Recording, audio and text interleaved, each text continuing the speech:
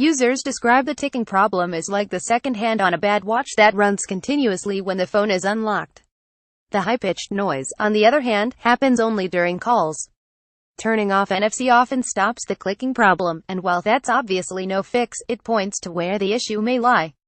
The whining, on the other hand, seems to be unrelated. It's mostly Pixel 2 buyers reporting the issues, but several XL buyers also complained.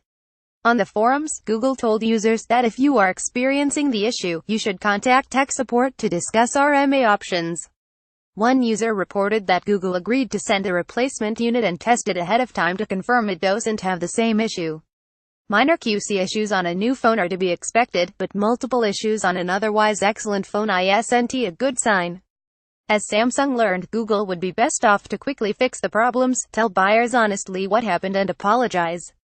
Engadget has reached out to Google on the sound issue, but for now, all it's saying is that Google has been made aware of the issue and is looking into it. We will keep you updated on this.